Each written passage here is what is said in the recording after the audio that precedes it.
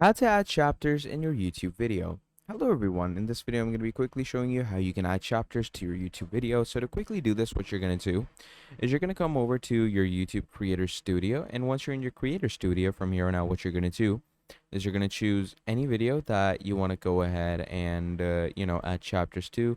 So let's say I'm going to click on this one, and once you click on this video, okay, what's going to happen is you're going to find the section where it's going to tell you or give you chapters. So you're going to go over to the editor, and once you go over to the editor, click on that, and once you do that, obviously you can go and choose the subtitle cards and all that, or more easily, so just go to details. Once you go to details, in the description you're going to start adding timestamps. So let's say I'm going to write intro, and let's add an intro timestamp.